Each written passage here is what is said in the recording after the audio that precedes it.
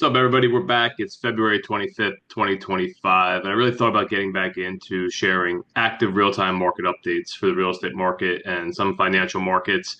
We're in a big unknown right now. A lot of people are sitting on the sidelines, and then oppositely, a lot of people are, diving headfirst into the real estate market for many reasons.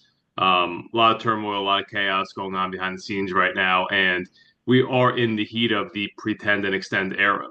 What does that mean? Banks are actively pretending that everything's okay and extending loans that are problems. And, certain problems are going to keep growing to be larger problems on the macro level. And I thought it'd be very, very beneficial to everybody watching this to understand what's really going on in the market so you can make the most educated decisions. Now, a lot of people bought during COVID or bought many years ago and had very low interest rates on their mortgages, as low as maybe even 2%. And then everyone in the mortgage space went out and started promoting home equity line of credits and HE loans, which are home equity loans. So everyone that had, let's say, $1 million property with a mortgage of, say, $400,000 at 2% didn't want to lose that 2% rate. So then they took a HE loan or a HELOC, home equity line of credit, out for, say, three or four or $500,000 on top of that $400,000 loan that they had at 2%. But HELOC rates and HE loan rates are anywhere from 7 to 9.5%. Some are even higher, right? So when you actually average out $400,000 at 2% and $400,000 at, say, 8%, that gives you a net rate of 6%, right? Give or take in the middle, depending on amortization. The reason why I say that is because HELOCs and HE loans are usually done over a 10-year loan. So when you factor in the payment, it probably nets out somewhere around that 6% number. It could even be somewhere in the fours or fives, depending on what your payment looks like and how long you amortize your loan for. I had people that I knew that took out 10 and 15-year loans, in the 1.7 to 1.8 range as well. But it's trying to give you the macro view of what the market looks like. So people needed money. They tapped their home in order to access more cash. And then they used that cash either to buy more real estate, to pay off debt, pay for colleges, buy cars, make investments into the stock market, which was probably the right thing to do at the time. But right now we're at that crucial point, that breaking point in the market where a lot of people have tapped their equity. They don't want to lose their 2% rate, but they have to lose their 2% rate to consolidate all their household bills. So we're in the last leg of the market right now where it's, February 25th, 2025. Happy birthday, my best friend in the world.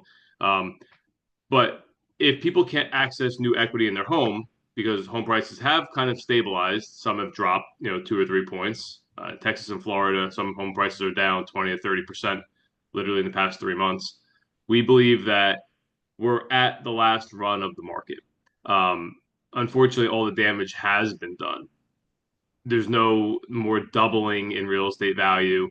Even if rates drop significantly, it doesn't mean people are going to go and sell their properties. It's just going to create an additional chaotic frenzy where, yes, prices could go up for sure. Prices will go up for sure. But then people find themselves in the same predicament of, well, I can't sell my $1 million home to then go buy a new $1 million home and have it be smaller, right?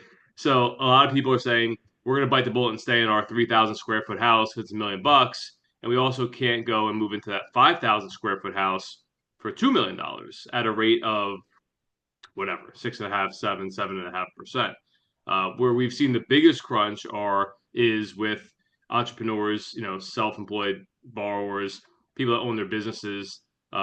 People are still spending money, but really on necessities at this point.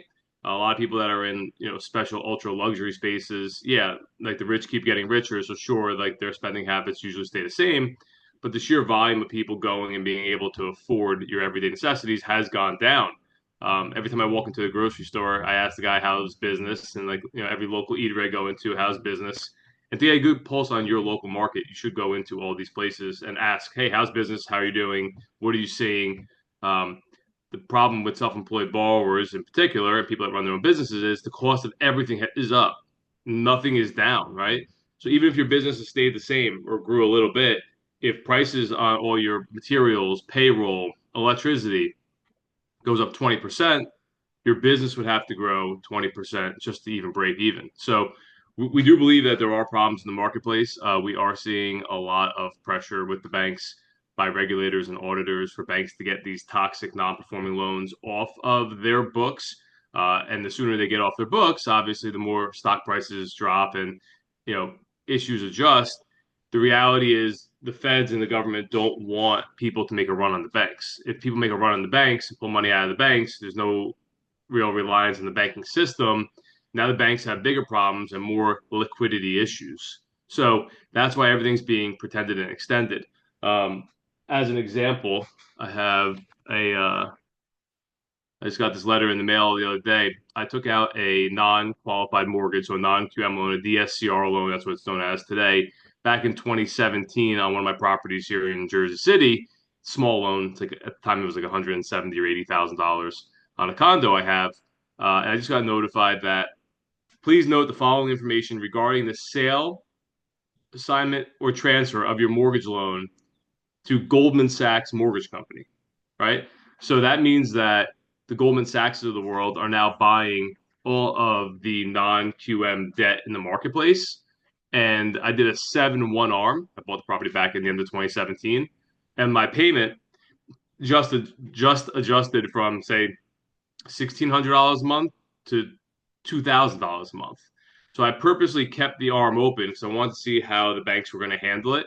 So now that all these arms, adjustable rate mortgages, adjusted for people that kept them, now the big boys are going and chasing yield to deploy capital strategically into real estate, right? So even though banks aren't in the business of owning real estate, banks in particular, the most creative way to achieve purchasing real estate is by lending money in a first lien position on real estate. Because if something goes wrong, let's say this property is worth $300,000 and I owe $150,000, that's a 50% loan to value. Even if it takes them 2 or 3 or 4 years to foreclose on me, that they would then own this property at a cost basis of $150,000 or $160,000, 50% below market. So I wasn't in the business in 2005. As most of you know, I got into the business in December of 2007, and I spent the last 18 years figuring out what happened to cause 2008. And I've said that publicly for many years now, well over a decade, that I went on a mission to understand every component of the market cycle. It's interesting times. I think we are back to 2005 sentiment. 20 years ago when, a lot of people who didn't know what they were doing were in the space. Desperation was flooding the streets. Money was flowing, to people that couldn't financially have the capacity to afford multiple real estate properties, qualify for mortgages. All that stuff is back and it's been back. The difference is this time it's been running for 7, 8 years, and every time problems come in the market, the feds or the government or the markets bailed people out. So if the home back in 2019 was 500,000, and you had problems and you were running, tight on debt, or there were issues going on, and then the market soared 60%. Now that $500,000 home was $800,000 because of low interest rates and the Fed's printing trillions of dollars and putting them in the pockets of consumers. You were bailed out by $300,000 because if that market stayed at 500,000, you probably would have sold at a loss or wouldn't have been able to refinance. So now the same people that have that $800,000 house that they bought, it's probably now worth, let's say, $850,000. It's not worth 60% more than it was before. So that's where the market comes to a stagnation. Now we've been in this crunch, I call it an actual capital crunch now in the market, for about 3 years. And usually the market lags. So all the money people made in 2020, 2021, maybe early 2022, a lot of it's run out or it's gone or it's deployed into investments.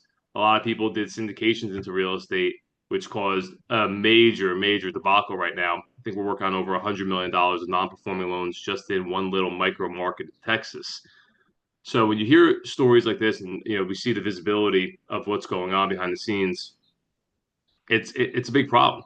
A lot of fix and flip lenders have cut their leverage from 90% loan to cost down to 85% loan to cost, which means that they're bracing for impact.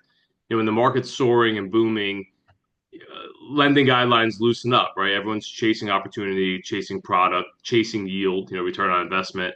And when lenders start pulling back, it means that they're experiencing defaults. And now that we have 7 years of data in the alternative financing space, the non-qualified mortgage space, the DSCR space, there's enough data to analyze where what credit scores, what loan to values, what property experience, on a macro level have caused additional defaults in the space, and then lenders tighten their guidelines to essentially block those people that don't fit the box out. So again, it's going to be a major issue, and I think that as Mr. Musk and Mr. Trump go in and try and really uncover what's been going on in the country for so long. Um, Obviously, we've all been probably getting robbed. Income tax and all that stuff is kind of crazy. We work our ass off and then give 30, 40% back. I get it, but it's also not fair, right? I think that the market's going to be in bad shape, really through 2029. I don't think we see the worst of it for another 4 years at least. There's going to be slow problems along the way, and then the problems are just going to intensify and magnify, and then rolling a snowball down a mountain eventually picks up more snow momentum, and eventually it comes to crash. So I think that's coming. I really do think that's coming, but I also think 2025, 2026 is going to could be the biggest opportunity in our lifetimes to actually make money from optimism. There's a lot of money out there. So if you have ideas, you got to execute on them now. I'll give you an example. Last night I was speaking to a gentleman who's very successful, a little bit younger than me. He's extremely successful, $8 million net worth. And a realtor had referred him to me to do his financing on a potential property. It was a mixed use property, 6 residential units and 1 commercial space. He had only prior purchased residential properties, made money on everything on the way up, right? Because the market's really only gone up for the past 10 or 11 years, maybe 12 years at this point. And we run all the numbers, and I'm like, okay, the property is listed for 2.9 million. He had offered 2.55 million. I ran the math calculations based on return on investment and cap rate, and based on the numbers that he shared with me with income and expenses, at most the property was worth 2.3 million, right? So if somebody comes in and wants 2.9 million for the property, but real-time math and values say it's only worth 2.3 million, there's about a 25% or so delta in between what somebody thinks the property's worth versus what's actually worth. And he was like, wow, I never really knew how to calculate commercial real estate investments. He's like, I was just looking at it as I'm buying this property, I'm getting it per door. And I'm like, yeah, this is the problem in the market right now, because if you didn't get referred to me, you would have bought it for 2.55 million, which was 10% more than what the math says it's worth. Now it's all relative, but that would have kept the market inflated, kept the market high. It would have set a new comp, a new price point, new price per square foot, price per square footage, a new cap rate perspective, right? And now the market is using that as an example, but that's not the right example. Just because you have $2 million in your bank account and you can afford to pay $2.55 million for this property, the math says otherwise. So that's why the market's totally inflated still. I think what's going on with office right now. It's still too early. Like, people haven't even seen the ugly bloodbaths that I've been seeing behind the scenes. Guys that owe 60, 70 million dollars on office buildings that are literally worth 30 or 40 million dollars, right? Those aren't on the front pages of the headlines yet. The market's not covering it. Everyone's just running in a fear sentiment. Like, there's no inventory, there's no affordable housing, rates are too high, all this stuff in like a victim mentality, rather than paying attention to what's really going on behind the scenes. So if you don't know what's going on behind the scenes, you're going to gravitate towards what the headline says. And that's just the most wrong way of attacking the marketplace, because by the time it's a headline, it's too late, right? So what I share with you are the things that go on behind the scenes that no one talks about, no one really knows about, that are kept secret, probably intentionally, or no one just sees the sheer volume of loan requests that we're seeing. And again, not a lot of people deal with every bank, every non-QM lender, Wall Street, hedge funds, and I get that. That's why I do all that. So I'm able to take on all the information from the macro market and then condense that information and give you the summary of what I'm seeing. Because if you know the trends that are coming or the trends that are here or the problems that are arising, you know how to make a great decision or a great investment, or you know how to just sit tight and be patient, right? So unless you're going to be able to return double digits on your money right now, 10, 12, 13, 15, 20%, like guaranteed, locked in, very likeliness to deliver, execute, just sit tight, because opportunities are coming and everyone's chasing deals and chasing yields right now. They're getting impatient, and that impatient is causing the market to stay inflated. And residential real estate is not going down. That's the thing as well. In most areas, residential real estate is not going down. So do you want to go and buy that $1 million home with a 7% mortgage? Yeah, possibly. But maybe the right financial decision would be to rent that $1 million home for $5,000 a month or $6,000 a month. Because right now it's absolutely cheaper to rent residential real estate than it is to buy it. And you could argue the long-term appreciation, the pride of home ownership, and I get all those things, and you're welcome and entitled to do all those things. But you can't talk logic and then talk emotion, right? So if the financial benefit to you based on your personal financial scenario is to rent, that should be your number one focus. Do what's best for you and your family. Rent. Now, if you want to buy $1 million home and put 100,000 or $200,000 as a down payment and still have a $7,000 a month mortgage payment, listen, be my guest, right? Like that's your prerogative. But you have to know these facts. So we are going to see more foreclosures hitting the market. They're on their way. So it might create some more inventory, but the problem is there's about 100 to 200 buyers for every property that hits the market. So by the time the property hits the market, it's already going to sell for more than what it's actually worth. And that's where the problem lies. So unless you're targeting off-market deals or have ins to estate attorneys or CPAs or friends that are in the space, right, or builders or developers, don't expect to get a good deal because they're just not out there. I think new construction properties soar. I think the trend, at least in most of the New Jersey area and other areas like the New Jersey, um, knock down old homes and build beautiful homes. Right? Everyone wants a brand new luxury product, and they're willing to pay a premium for it to have luxury, brand new, first owner.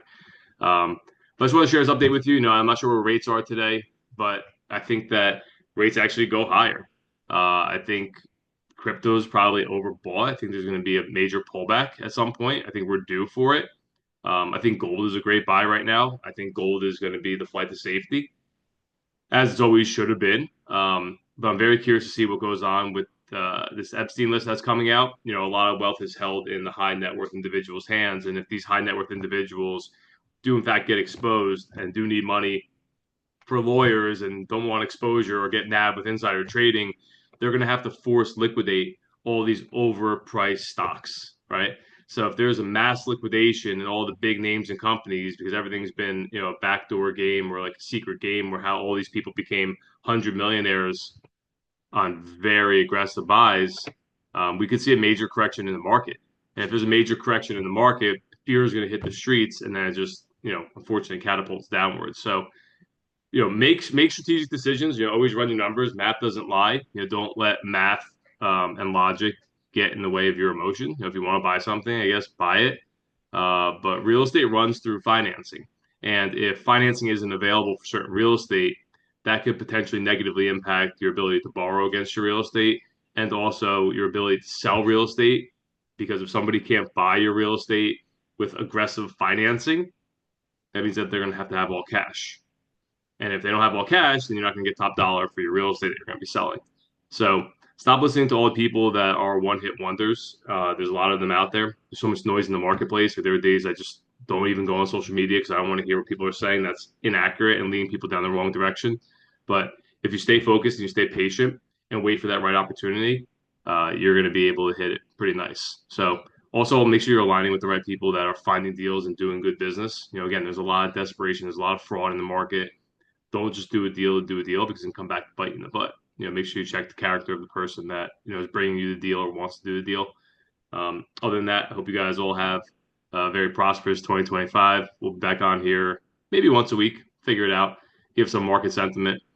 Be sure to check out reverify.com and loanlinx.ai, LOANLYNX.ai. That is our ability to have people be a broker of alternative financing, hard money, ground up construction, fix and flip, and other types of foreclosure bailout loans and everything else.